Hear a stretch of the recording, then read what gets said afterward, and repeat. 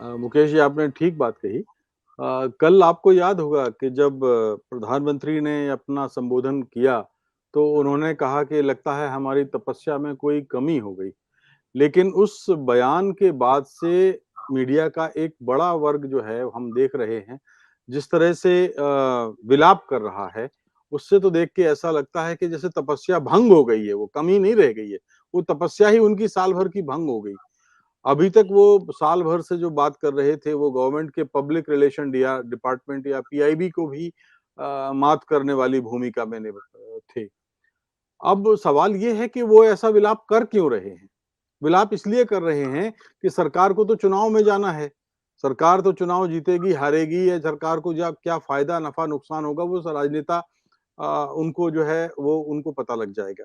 लेकिन जिन राजनेताओं के हाथों में वो साल 2 साल या कई हाल के वर्षों से खेल रहे हैं, वो तो लुट गए ना, उनके हाथ में क्या आया अब? सरकार अब वो विलाप नहीं करेंगे तो क्या करेंगे? हम लोग देखिए 45 साल मुझे पत्रकारिता के हो गए और हम लोगों ने शुरुआत जैसे आपने अभी कही है संस्कार की बात है। पत्रकारिता के अपने कुछ संस्कार हैं, अपने कुछ सिद्धांत हैं, अपने कुछ कर्तव्य हैं और अपने कर्तव्यों का पालन अगर हम करते हैं, तो उसमें कुछ अनुचित नहीं है। कर्तव्य का पालन अगर नहीं करेंगे तो वो एक किस्म का भ्रष्टाचार है जो महात्मा गांधी भी कहते थे। तो बात ये थी कि अगर हम लोगों ने जो पाठ पढ़ा है वो संतुलन का है। अगर गवर्नमेंट ऑफ इंडिया कोई अच्छा फैसला लेती है तो हमें क्या पड़ी है कि हम उसको ज़बरदस्ती हम उसको कोसें या आलोचना करें। अगर कुछ खराब करेगी तो जैसा कि राजेंद्र माथुर कहते थे कि अगर आपके सामने ये कभी धर्म संकट की स्थिति बन जाए कि आप निष्पक्ष नहीं रह पाएँगे, तो आप किसका साथ देंगे? सरकार का या अवाम का? तो मैं ये कहता हूँ मतलब माथुर साहब ये ने ये कहा कि मैं ये कहता हूँ कि हमें अवाम के साथ खड़े हो जाना चाहिए और अवाम के साथ खड़े होने में कोई गड़बड़ नहीं है। अब दिक्कत की बात ये थी कि ये सारे जो जितने मीडिया के नए अवतार हैं और जहाँ जिन सुनामधन्य जिन लोगों का ज़िक्र आपने किया है, वो सरकार के साथ खड़े हुए थे, उनके जनसंपर्क अधिकारी की तरह व्यवहार कर रहे थे। तो अब ये जो विधवा विलाप है इनका इस तरह से कि अब सरकार तो ने तो साथ छोड़ दिया उनका, अब अकेले पड़ गए हैं।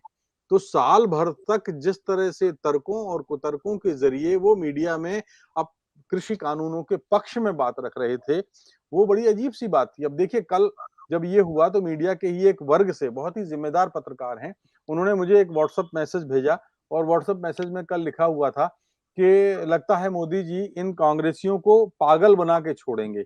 और उसमें उन्होंने दिलचस्प बात ये लिखी है कि सुबह-सुबह कृषि कानून वापस लेने की ऐसी गुगली फेंकी कि बेचारे इंदिरा गांधी का जन्मदिन मनाना ही भूल गए। पूरे दिन किसी भी मीडिया ने इंदिरा गांधी का एक फोटो तक नहीं दिखाया। चमचे अपनी अम्मी को ही भूल गए। इसलिए तो कहते हैं मोदी है तो मुमकिन। अब ये देखिए ये जो भाषा है, ये जो जी। शैली है, ये किसी तरह की पत्रकारिता का समर्थन स्वस्थ पत्रकारिता का समर्थन तो नहीं करती। हम लोगों ने ऐसी बात नहीं कि कभी इस जो मौजूदा सरकार है, कोई उसकी कभी तारीफ नहीं की होगी या हम लगातार केवल आलोचना ही कर रहे हैं या हम केवल आलोचना के लिए आलोचना कर रहे हैं, ऐसा तो कभी नहीं हुआ। कभी भी ऐसा भी जी। आया होगा कि हमारी बहसों के दौरान हमने समर्थन भी किया होगा और विरोध भी किया होगा। नज़र, नियत, मंशा अगर लोकतांत्रिक नज़रिए से पत्रकारिता को मजबूत करने की है, तो हमने सारा काम किया है। तो ये विधवा विलाप है, इसके अलावा कुछ नहीं है और आप देखिएगा मुकेश जी कि इन्होंने अपने आप को समाज के बीच में खुद अब मैं क्या कहूँ अश्लील सा शब्द निकलता है लेकिन अपने आप को निर्वस्त्र कर दिया है इन्होंने। इन ये मतलब अब इनके किस मुँह से आगे पत्रकारिता करेंगे? सत्य हिंदी का ऐप डाउनलोड करें गूगल प्ले स्टोर पर।